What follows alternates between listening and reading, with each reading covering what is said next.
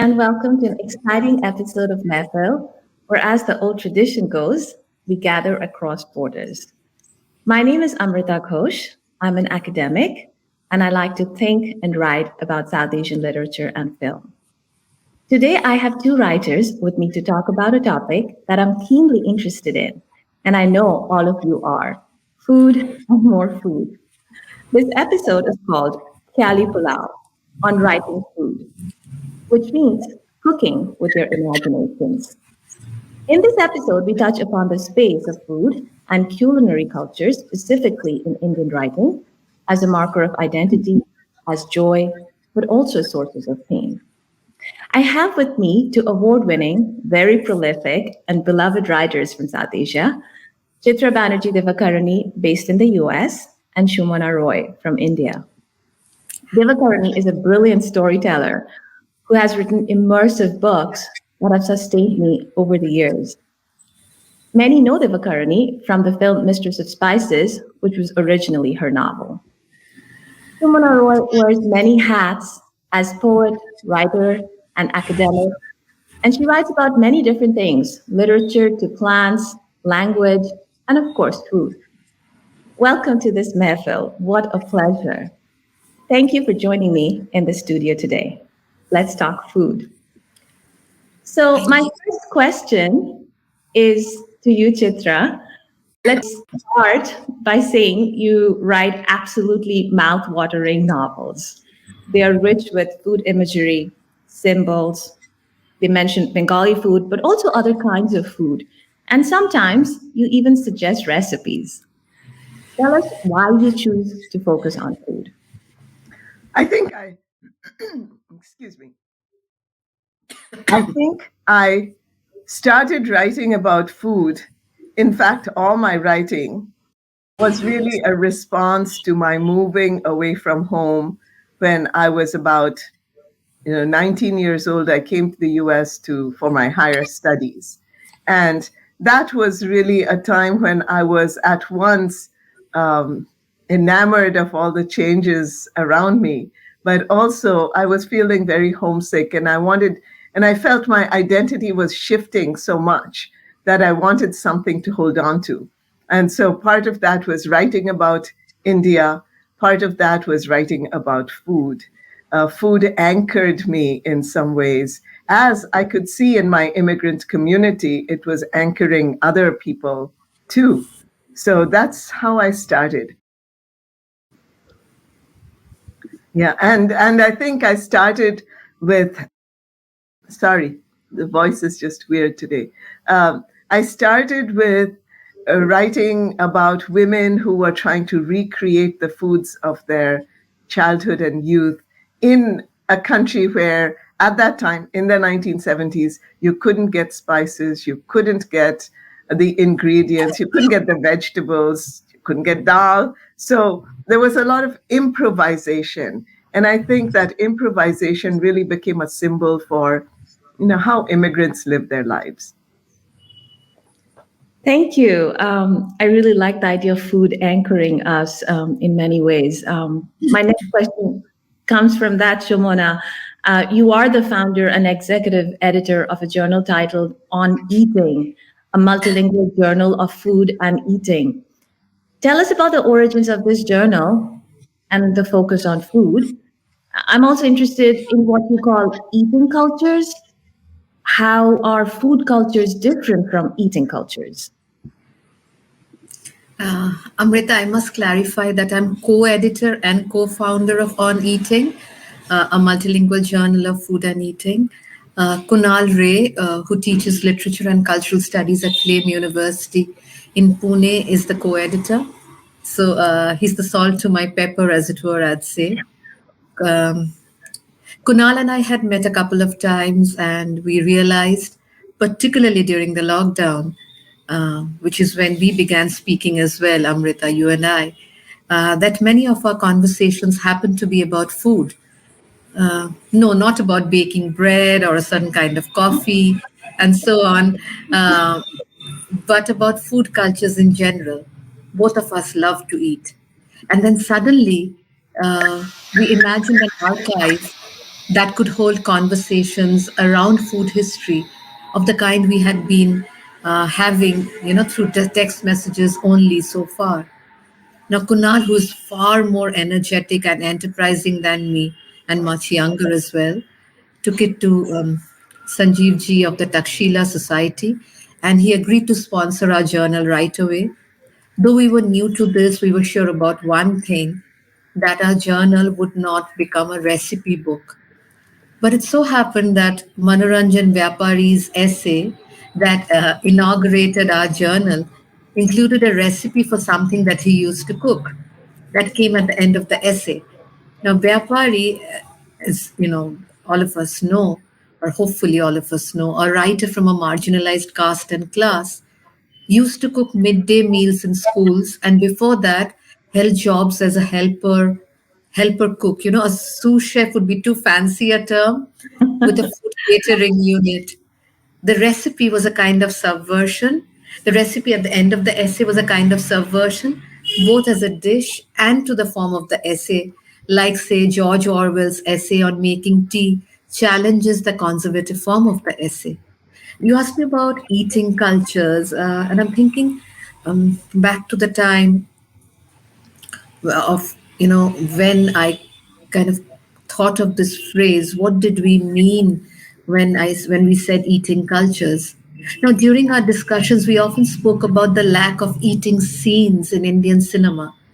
I think you'll agree that there were very few scenes where the characters ate in a way like I think the three of us do.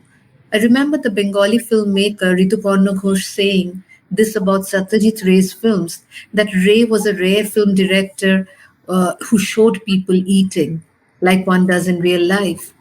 He was, of course, not talking about the way Guppy and Bagha eat in those films. But how do people eat what they do? What are these contexts and histories? How does one eat roti in Haryana? And how does it differ from a family eating roti in Bengal? The recipe might be the same, as in the food might be the same, but almost everything else, including the history of the farming of the wheat, is different.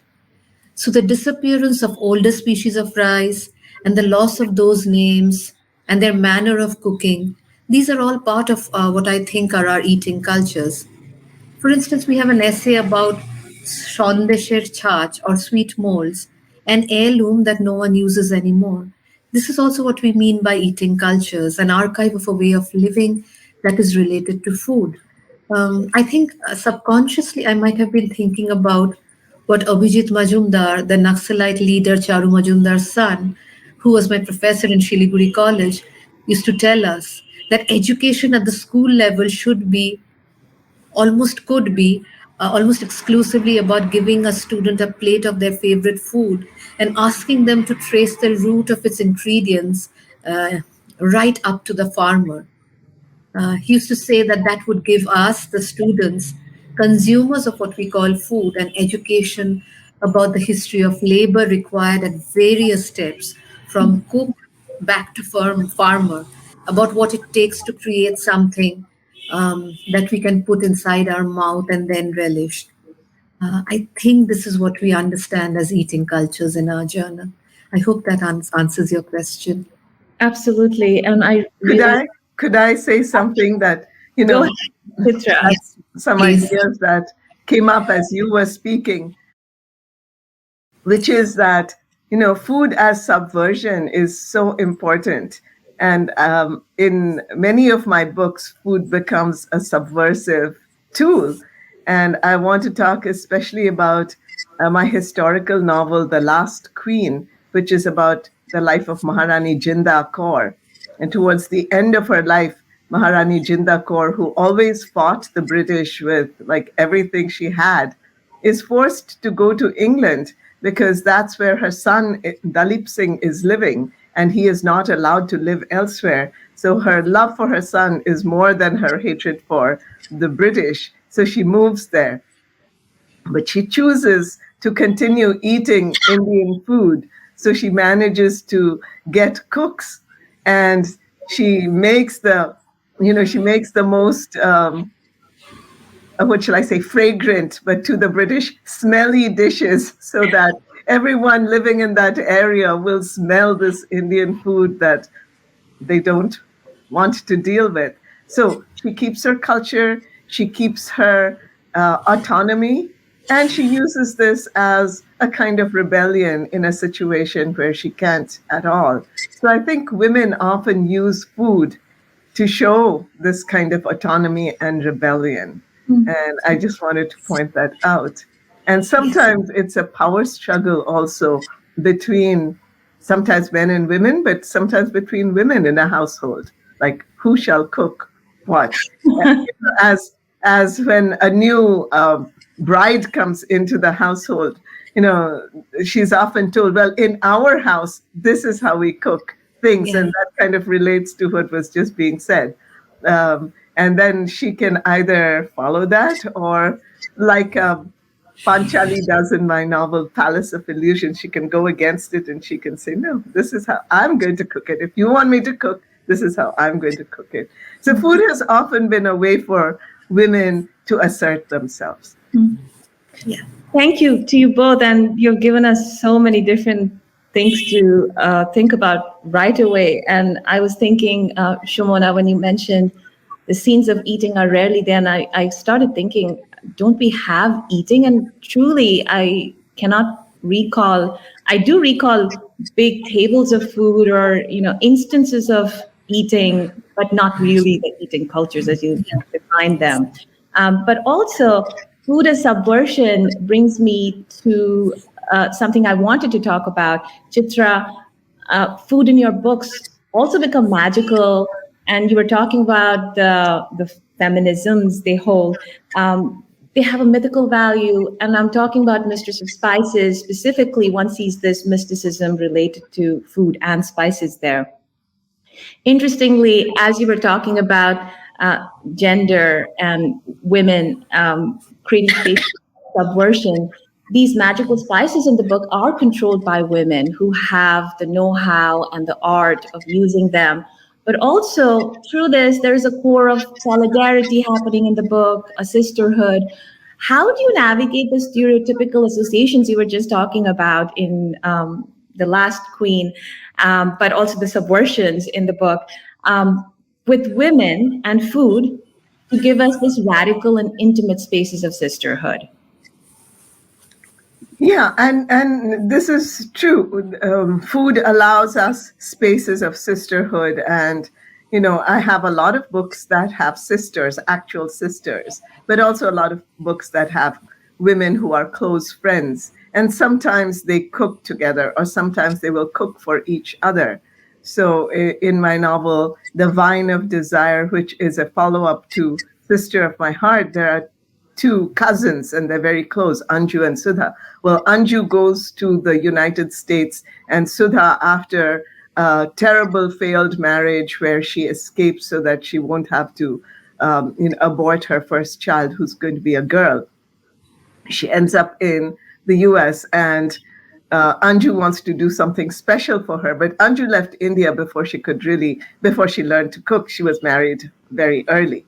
And as in many, relatively affluent households, there was a cook to do all the cooking. So she only knows American food. So she cooks, she cooks all these Italian dishes, and she cooks spaghetti, and she's cooking all these things for her dear sister who comes and who will eat because it's cooked with love, but who's really kind of taken aback by all this food that she doesn't know anything about.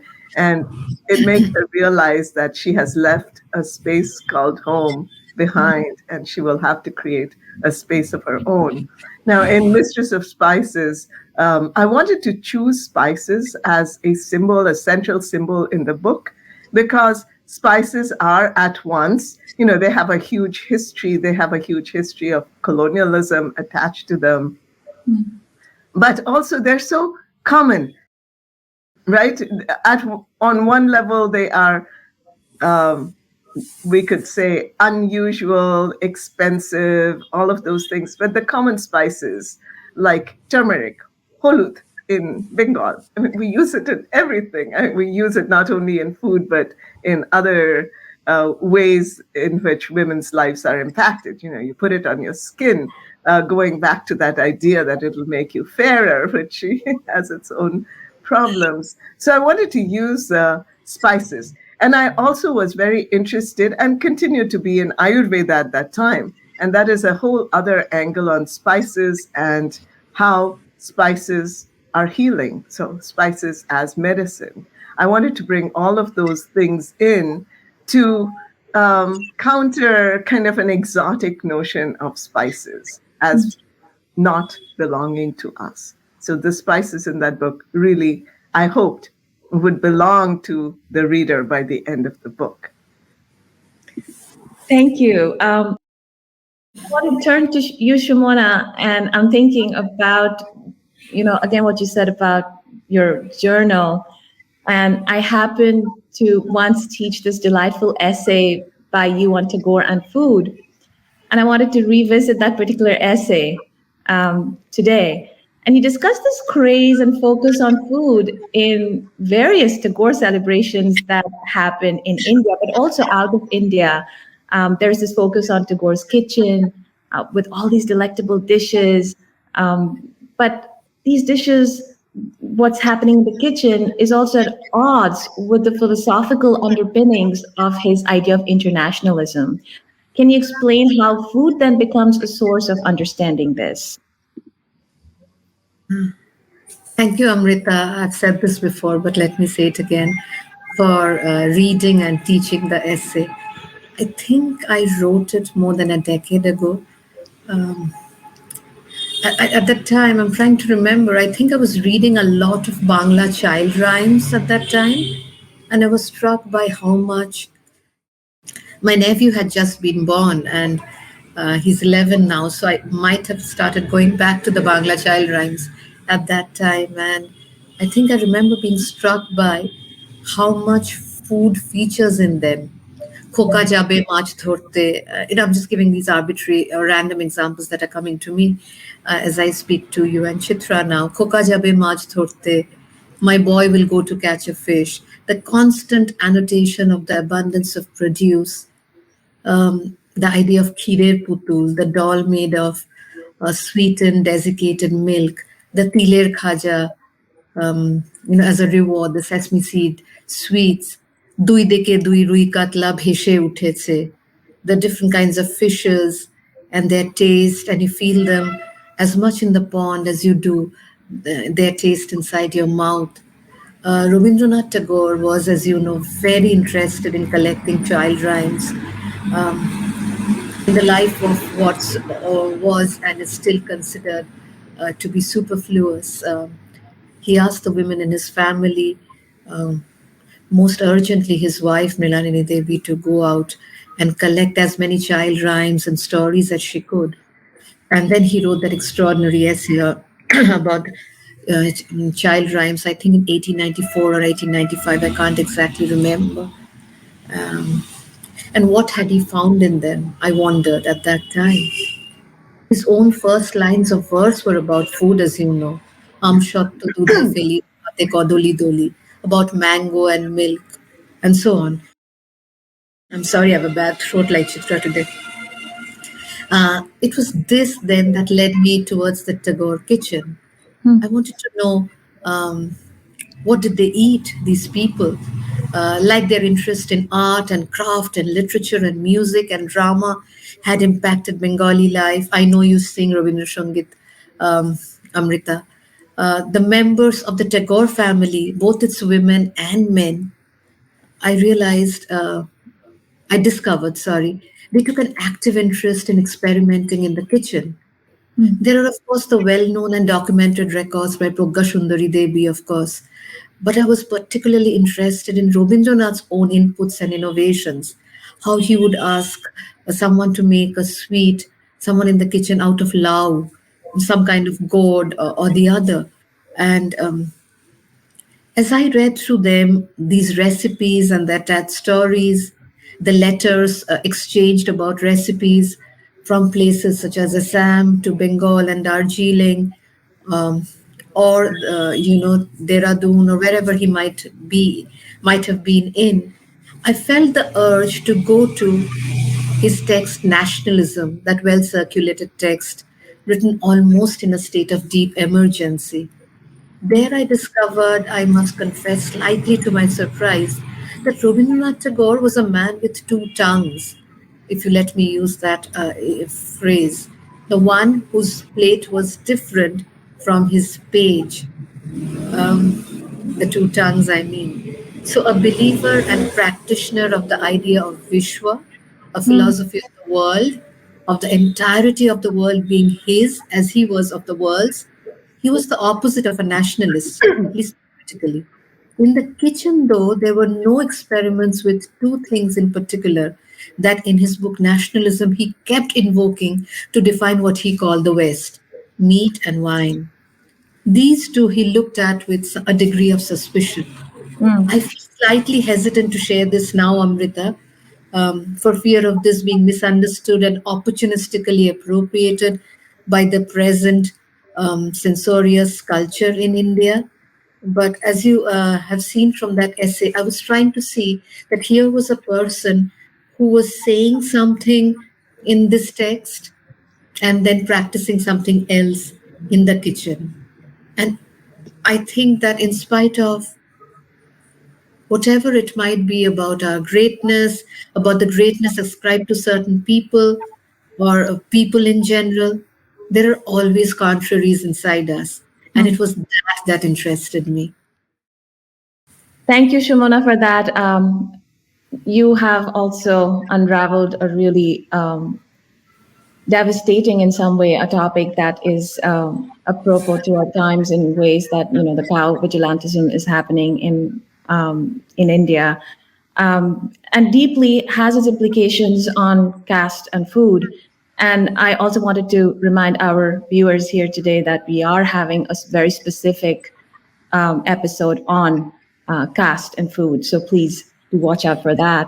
Um, I want to turn the conversation, and you have both touched upon this in some ways, in how food anchors us, but also causes us some alienations, um, and how this kind of improvisation is going on in terms of how to find the foods that you belong to, want to belong to in very foreign spaces. So, food cultures, culinary traditions are not always pleasant and enriching to the self.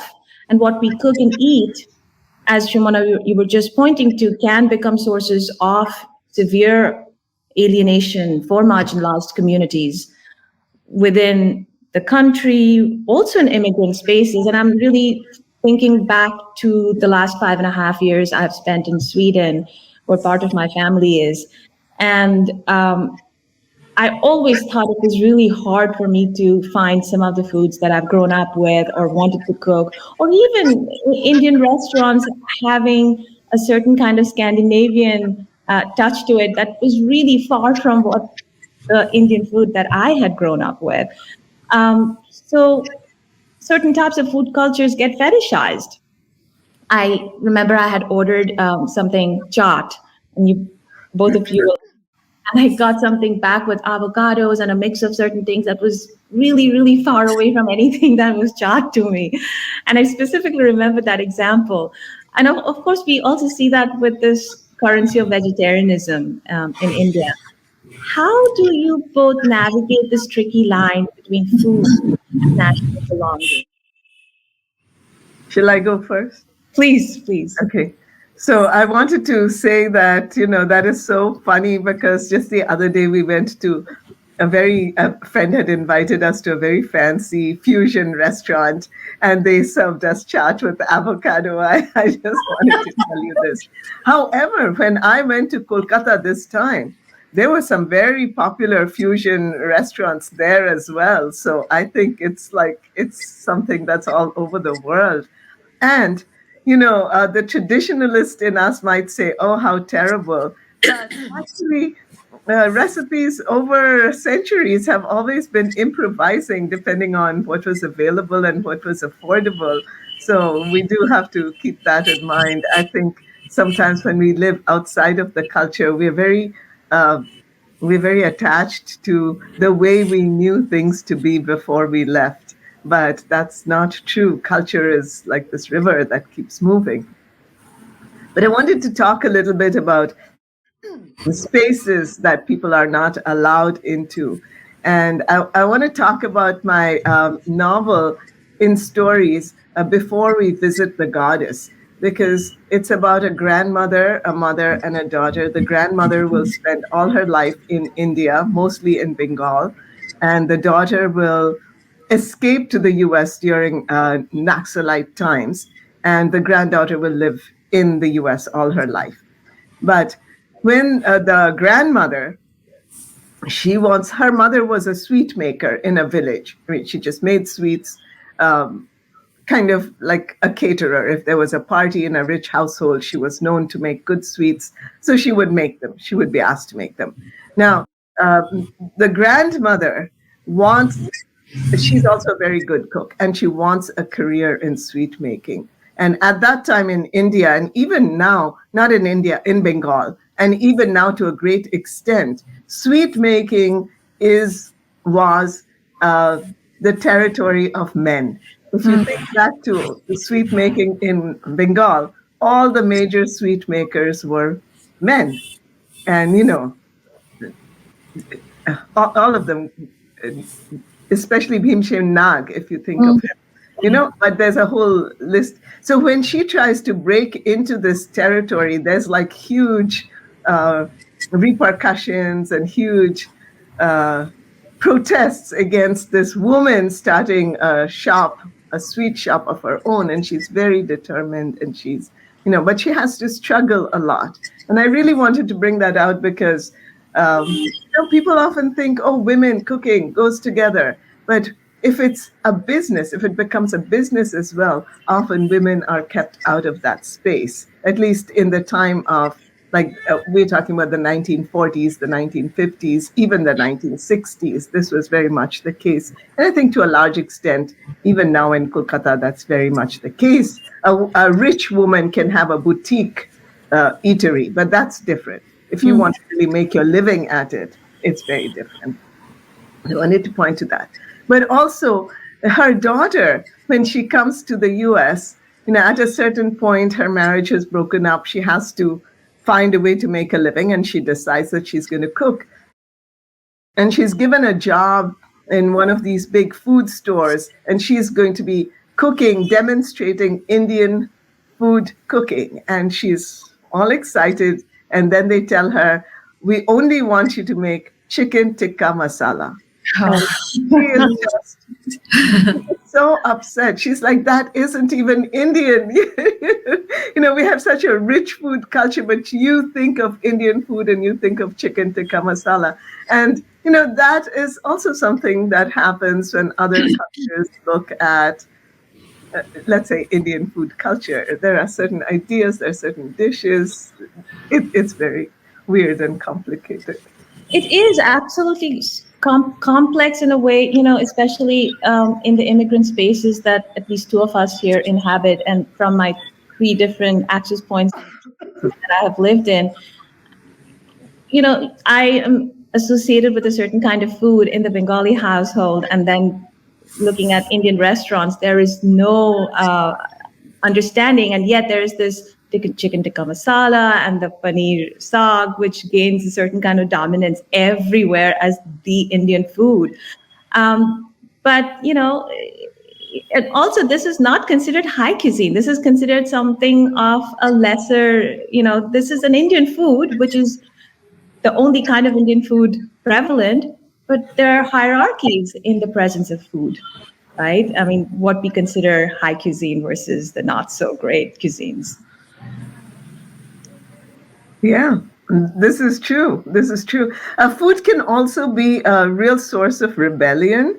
And going back to that same novel, the daughter becomes this wonderful cook, and now she moves out of chicken tikka masala space, and she's created a website, and then she puts out a book of what she considers authentic Bengali cuisine, and it's authentic Bengali cuisine.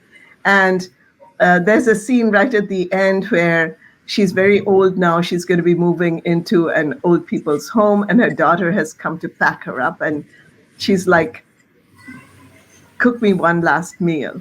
And the daughter doesn't know how to cook any Indian food. She has purposely distanced herself from Indian food because she feels she is not Indian. And that I wanted to say that that's something that I have seen, many times, not always, but many times in the younger people, a desire to separate oneself from these traditional foods, stereotypical foods, saying, I'm going to find my own space. And that might come out of painful childhood experiences. I remember my children talking to me about it. I would pack their lunches and they said, Mom, never pack anything Indian in my lunch. And this is when they were little, because everyone will make fun of it and they will say, we stink. It was very painful for them and painful for me to hear it, how food could become a source of racism, Yeah. And how the foods that I knew my children loved, they could not eat them in public spaces. I want Shumana to respond to all of this, but I quickly wanted to also come in and say that, I agree, I'm not a food purist with the whole conversation on fusion food. I do welcome that. And I do think, even the sources of dolma, when I was in Sweden, I realized that, potoli dolma, which I considered was high India, Bengali food, was in fact not so. It came from sources in the Middle East. And, then it was considered a Swedish delicacy. So yes, there is fusion and there are these appropriations or improvisations, but something about that avocado chat had made a certain impact on me that I still revisit in my mind. But Shumona, let's hear from you. Let me try and respond to what you said about different types of food cultures and vegetarianism, and what I think you call the tricky line between food and national belonging. Um, I have been thinking about this a lot, particularly because of the journal that we've created. Um, Amrita, I think I do not wake up in the morning thinking, I'm an Indian. I do not put anything inside my mouth thinking, I must eat this because I'm an Indian. Or I mustn't eat this for I'm an Indian after all. Um, so to be an Indian, in my understanding, and because of the legacy of many philosophers and thinkers and eaters before me, is to believe that every kind of experience is available to me and for me. And therefore, this idea of India and Indians, being restricted to what we put inside our mouth is something that I don't understand at all. So I think of being Indian as someone so that I can say to myself, so I can eat anything and everything that I want to, need to, crave for, and I can reject anything that I don't feel the appetite for. Um, I completely refuse to be bullied by the Indian state or my fellow citizens for what goes inside my mouth. And I refuse to bully anyone for what they want to or don't want to eat. Having said this, I also want to say that I dislike the moral superiority of vegetarians in an eating culture like ours. I also dislike the idea of meat eating as a performance of political behavior. I dislike both because I do not understand either. In a place like Sonipat, for instance, where I teach, where my neighbors, both in the building where I live and also in the town, are mostly vegetarian, it is difficult to find fish or even meat. Apart from the fact that this has imposed a dietary pattern on my eating habits, there is also the fact of being labeled repeatedly, "आप तो बंगाली हो, मछली के बिना कैसे लगता है आपको?" You're a Bengali, how does it feel to live without fish? Yes. Or even something as um, harsh, I would say, as I would have liked to come to your flat, but I can't stand the smell of fish. Wow. Um, as someone whose affection and affinities for plant life are as strong as they are, as you know, it makes me angry, very, very angry, and very, very sad that people are being killed for eating the flesh of cows by those who eat the food that cows eat. Mm. It's ridiculous. By this I mean that the moral hierarchy that a section of vegetarians have constructed in their heads shows a complete disregard for both scientific thought and an understanding of the very culture that they claim to uphold. Mm. One that tells us that plants are living beings. So there's no ethical difference in my head between eating plants and animals. But all this is, as we know, backed by a government whose political symbol comes from plant life, ironically, a lotus. The Mm. irony. Uh, and to add to the conversation that you and Chitra were having about the immigrants' food experience, I think the Punjabification of Indian cuisine, very similar to the patterns of Hindi cinema up to a certain point in our cultural lives, has meant the marginalization of all other kinds of cuisine.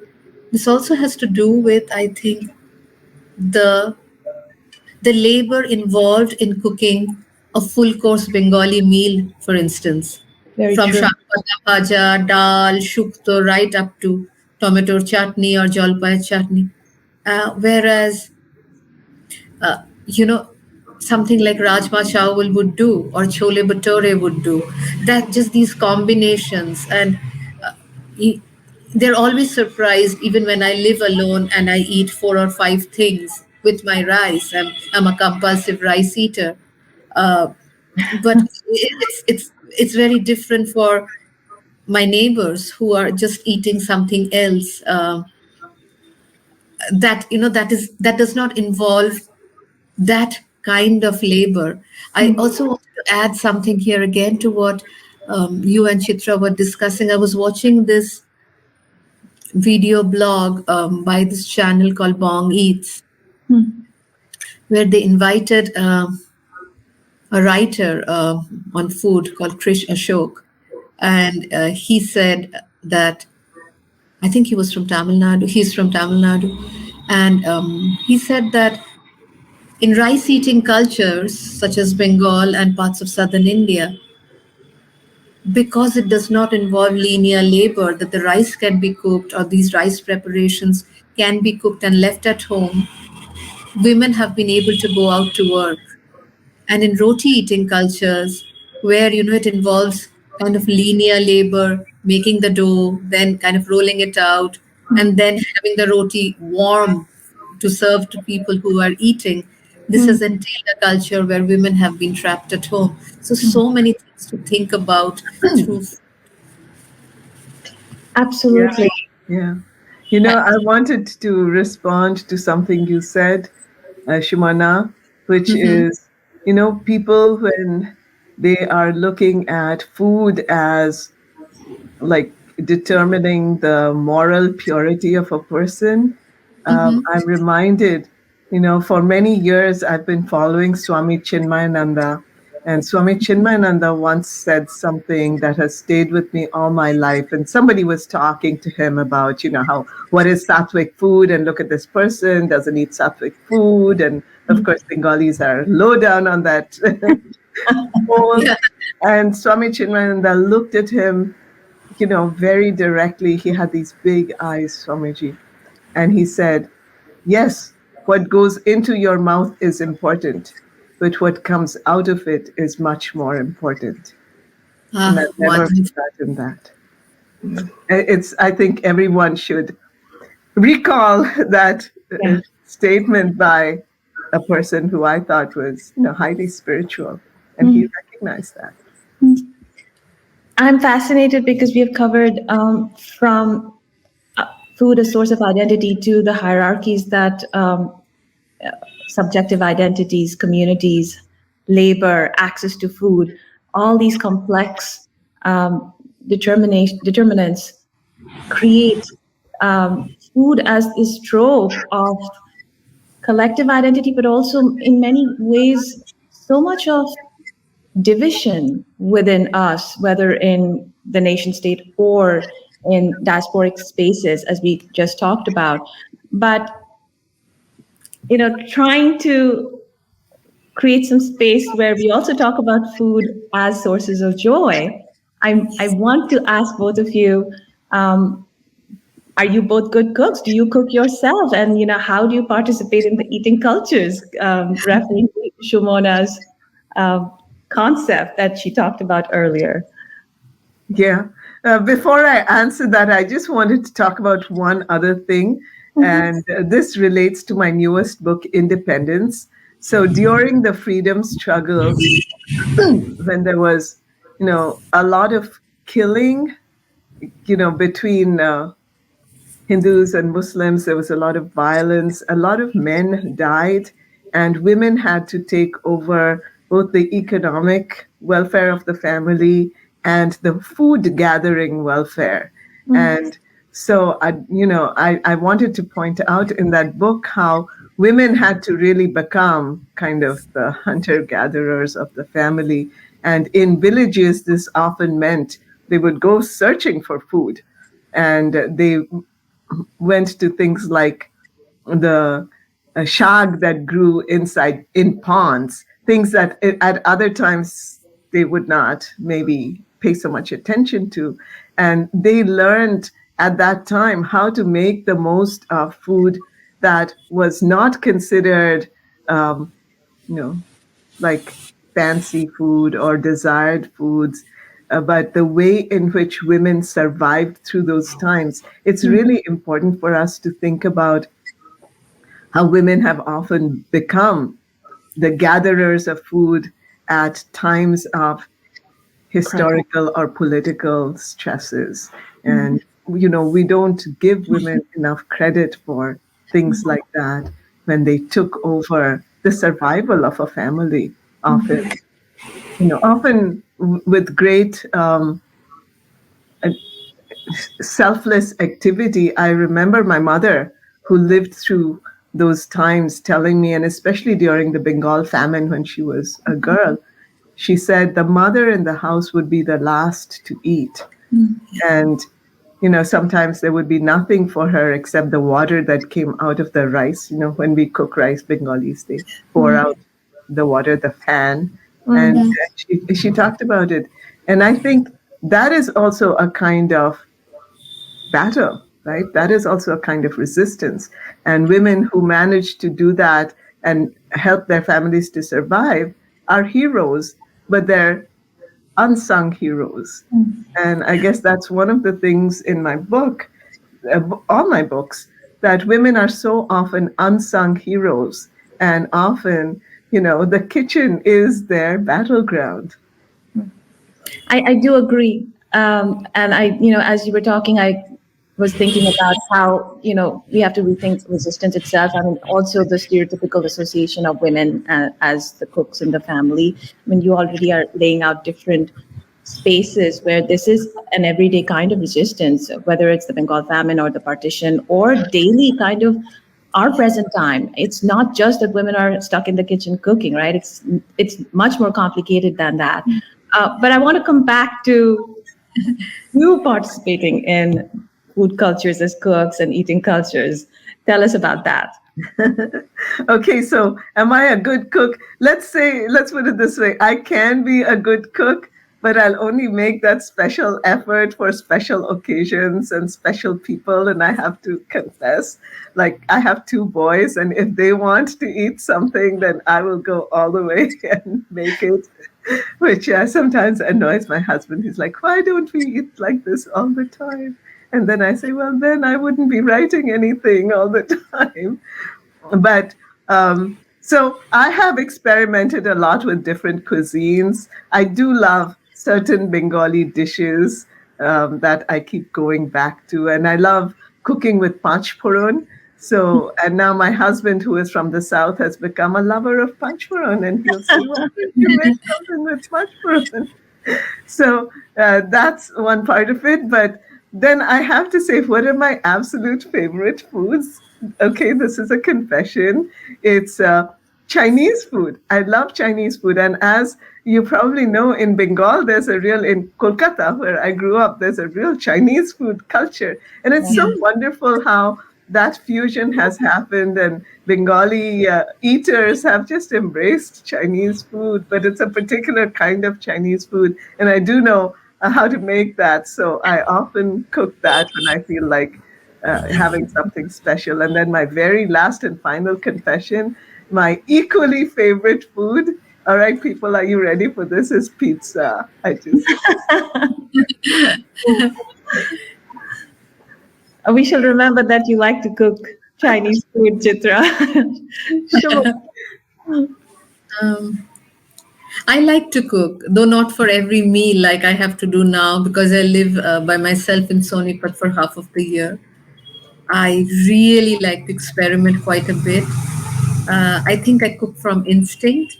When I say experiment, I mean that most of these experiments haven't always been completely intentional, as I think the two of you realize what I mean. They have also come from deprivation, from not having enough things in the fridge or pantry, and trying to cook something from what is there. That is how, for instance, my recipe for Moshur dal dumpling curry came to be. Sometimes it's been a craving for a particular flavor. That is how I made my version of coconut fritters. Um, there have also been times, I'm trying to think, there have also been times when I've tried to do something to cut out sugar or dairy. That is how I stumbled upon making a cake with almond flour and patali gur, date palm jaggery. And that's now become our Christmas cake because this is the time of the year we get the best patali gur in Bengal. Um, I don't know whether I cook very well, but I know that I like to eat. And that is why I think a lot about food. I'm always thinking about food and the next meal. And that's really true. With age, I've come to realize that even though I did not always grow up eating that food, since my mother is half Ghoti, my palate leans towards Bengal cuisine, the food of my father's family. This has not happened to me because of my father or his family, but through the women who have cooked in our houses, their Chittagong or Chadgai or Sylheti or Pabna origins have now inflected what I crave for. So my fondness for bata, uh, which is ingredients, whether vegetables or dried fish being ground into a paste, or for bhorta, comes from them. I try to import that technique with other ingredients. Last week, for instance, I made a til bata from white sesame seeds, like that. And I had it with dal and rice for lunch, but also with pakoras when two of my friends came over for tea. We had it while watching a film. Yeah. Sounds delicious. I'm getting hungry with the both of you talking about it. But I And think, I just wanted to add one thing, which is that I think a lot of my desire for food and love for food really comes out in the books. And Yes, it interestingly does. enough, when I Yeah. create a scene where a certain food is made and people have either enjoyed it or interacted with it in dramatic ways, somehow that craving goes away from me. It's as though it's just transposed into the books. It's really interesting because when when I'm not in the middle of a book that has a lot of food, I want to cook more. But when I'm in the middle of such a book, it's like writing about it is the same as cooking and eating it. And I just can't explain that. Maybe it's just that the experience, I feel the experience, and that's satisfying in itself. that that is That's fascinating. sorry. Go on, Sumana, go on. I thought that was such a wonderful way to avoid putting on weight. Right. And you, but Chitra, I think I was thinking of Bhattanayak, one of the commentators of the Rasa theory, and where he says that Brahman is inside my mouth. And so to experience the world inside your mouth. So, as three of us with our kind of understanding of the Bangla language and Bangla culture, Bengalis eat everything, not just food, but thappor, slap. a case, chumu, a kiss, a cake, everything. Bengalis just eat everything. So I just think that we come from a tradition, and I know can say this only for Bengal and Bangla, but I'm sure it exists in our other Indian languages as well, that to experience everything inside the mouth, which is what the rasa theorists were actually trying to probably say 1500, 1600 years ago. This is Right. absolutely And I brilliant. think what I'm saying fits right into that, right? You experience it Yes. Yes, i- absolutely. inside yourself, right? And Yes. that is satisfying in a whole different way. And I Oh, think we both. have to just speak about one Bengali thing. I don't even know. Maybe you guys can translate it better. I remember when my aunt, my an older aunt, would always say "mata khao." Do you remember that?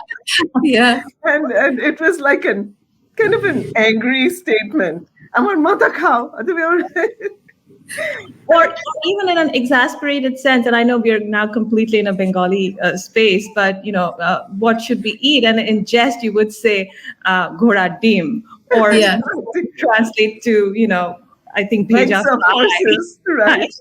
And Like, mata khao translates into why don't you eat my head? You're giving me so much trouble. Just both of But it you exists in Hindi as well, right? As in bheja mat yes, khao or something like that. Yeah.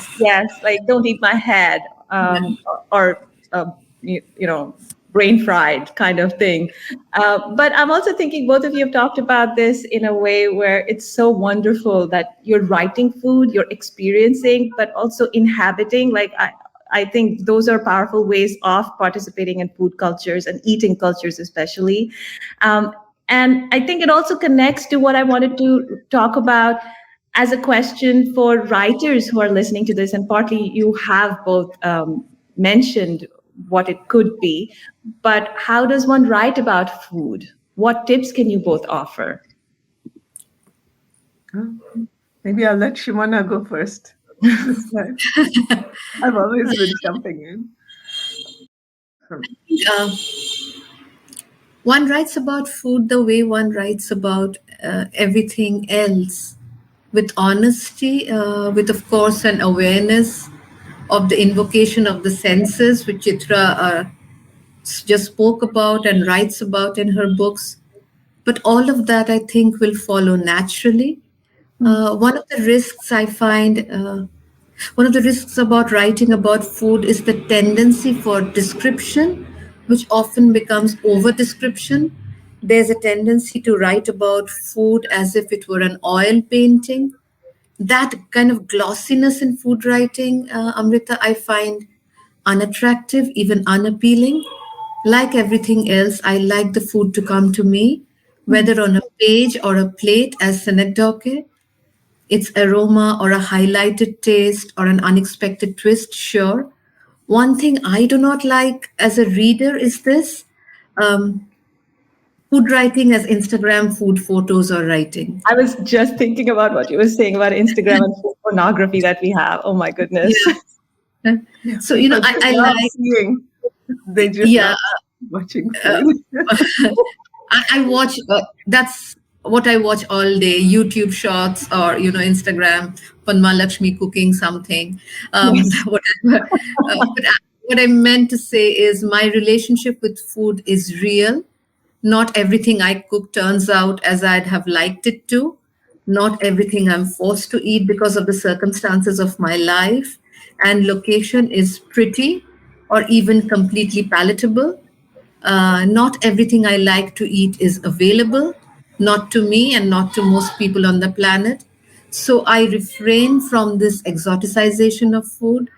Um, Let me give you an example of the kind of food writing I like. This is from a poem by Chitra, just a little while ago, mentioned her mother being a young girl at the time of the Bengal famine. And so Birendra Chattopadhyayon, a Marxist poet, wrote this very short poem that I'm reading in Shupriya Chaudhry's translation. Um, the astonishing smell of rice in the night sky. It seems that some still cook rice, still serve it, still eat it, and we are awake all night. with the astonishing smell of rice in supplication all night. So this is, I think, as the two of you have guessed, it's from this very well circulated poem Aschorjo Bhater Gandho by Birendra Chattopadhyayon. Uh, he wrote this poem during the food riots of 1965. Now, coming from a family that has lost or that had lost many to the Bengal famine of 1943, I remember being haunted by this poem. So it is one thing to say that a poem has a haunting quality, and quite another to feel that it is haunted by a history of hunger. As you know, even in the translation, where it loses a part of its urgency and immediacy, and even the smell, I would say, it is. We can see it's evident that it's a poem by a hungry people. And I say this not only because of the we in the second stanza, for instance. It's very easy to kind of see where the poem is taking place. It's about two neighborhoods of those who are cooking and eating rice, and those in their immediate vicinity or in their immediate neighborhood who will have to stay hungry all night. And that difference is emphasized by the number of verbs the rice eaters are given. For instance, cook and serve and eat. And the only one that the hungry are allowed, which is to stay awake. So, smell is a noun that comes to the hungry. Smell is a verb. If I say smell as verb, would be giving them too much allowance. Now, see, night occurs in this. It's a very short poem. It's a 6-line poem. The word night or raat occurs thrice. So the night is long. Saying it thrice makes it longer. But see, the regime of hunger, remaining hungry through the night, is even longer. So, in rice eating cultures like ours in Bengal or like mine in Bengal, eating rice ends the day in a culture like ours and brings it to a naturalized close. So, be deprived of that doesn't allow the rice eater to sleep. And the day doesn't end because the hunger doesn't end. Um, Now, notice that the word aschorjo, which is the word that Shupriya Chaudhary translates as astonishing, is a rasa. It's the adbhuta rasa, the rasa of wonder. Now, invoking it for the most familiar smell of rice leaves the reader homeless, just as the people have been left deprived of the certainty of rice to seal the day. The word bhat. So, I just want to say that in poems such as this one, which are not necessarily about the description of food, it's hunger. It's not in hunger is food is Instagrammable, not hunger. Yeah. So that's also one way of writing about food, and one that I don't find active or pursued in our contemporary culture today, where so much is what is visible rather than what is invisible. So in Bangla, the word for someone who enjoys their food is bhojon roshik. Roshik, as we know, derives from rasa. To invoke the many rasas depending on their context is how one writes about food. In All That Breathes, for instance, a film that I think you plan to discuss in your podcast, Amrita, We uh, do. there is a scene where meat is being minced in a machine for food for the birds, for the kites. I will say that I watched it last week, and I'll say that I felt slightly repelled by that scene. And then I immediately wondered or asked myself why I was feeling that way. Even though I still eat meat occasionally, very occasionally, I couldn't really understand why I was experiencing bibhatsa rasa, that disgust. Then, almost like an epiphany, it struck me that for the birds in the sky to stay alive, they need to be fed birds on land. There are many other things to say, but I've already spoken a lot. I also want to add, I want to end by saying that I dislike the word foodie. The Oh, IE extensions, the IE extensions attached to something one loves is something I do not understand. For me, it's a bit like taking the name of a person you love and attaching an IE to it. So Amriti and, Chitri or something like that. So I just hate the word. it also is very much recalling selfie for me, which turns into other kind of social media, this sort of popularisms that are there. So you're Yeah. right, but I also love the recitation and translation, and I think you also opened up the space of the smell that doesn't get written about or talked about that much. Thank you. Chitra. Yes, yes. So many wonderful things you said. Bhojon Roshik is a lovely word. Although when I was growing up, the word more used for children, especially if we ate too much or were too fond of food in Bengal, was petuk. You remember Or that? hangla. Yeah. And hangla is Hangla and petuk. So, And there was a sense, especially for girls, that you should not be too yes. fond of food. You should not ask for too much. So, food is often seen as a way of keeping people in their places, keeping people in their gender roles. Yes, you cook it, you serve it, but you shouldn't be too fond of it. You know, Others eat first. Anyway, so for me, whenever I write about food, it has to be connected to the drama of the scene or the characters. So, food for me is a way for me to understand, or for my reader to understand the characters, maybe where they come from, but also what is their situation, where are they in social hierarchies, where are they in positions of power or lack of power, where are they in intercultural relationships. In my newest novel, Independence, there are Hindu characters and Muslim characters. And in the beginning, before Direct Action Day, when Hindus and Muslims, were living side by side, working side by side, and fighting for independence side by side, there was a lot of eating together. yeah. And, I show that in the beginning, which by the end, after, around partition and after partition, that changes a lot, sadly. And yet, yet the cultures are just as connected, they're side by side. But so we use food. There are dramatic situations when food is used to punish a certain community, perhaps, or food is taken away from you to show power of another community over you or another class over you. So for me, it's really important to use food in these ways because it is a basic sustenance. It is something which I deeply feel that everyone has a right to, at least in terms of, a good level of survival. But that's not the case. That's not the case. And, I have scenes of hunger in my books where I point that out, that who gets to eat what, who has power in food situations, who has power to decide, what a family eats, what a community eats, and should there be a kind of power where other people decide what you are allowed to eat. I think that beautiful poem, Sumana, that you read, that also talks about that, right? Why should, certain people eat and certain people only think about the food that is being cooked?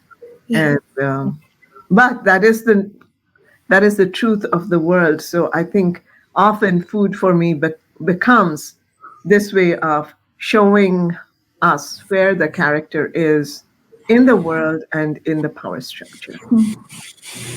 Thank you to both of you. What you have both done here in this extremely rich episode on food writing is also made me rethink the phrase Khayali Pulao. And it is so much more. Now I will imagine food in a different way through all of these different kinds of spaces that are complex, interrelated, but also give us something to rethink our present moment. Thank you to both of you for this fantastic mehfil. Thank you for your great questions. Thank you, Amrita and Chitra. It's Food is a great way to begin knowing a person, and I'm glad we started here, Chitra. Uh, and thank you to Bhakti also, whom we cannot see on screen, but who, like hunger, I'm very hungry at this moment, is invisible. Uh, Thank you. It's been lovely talking to the two of you. Food is so important, and we trivialize it. We trivialize it when we make it into Instagram photos. Food Yes. is really reflective of entire histories, Yes. entire cultures, and certainly of gender roles.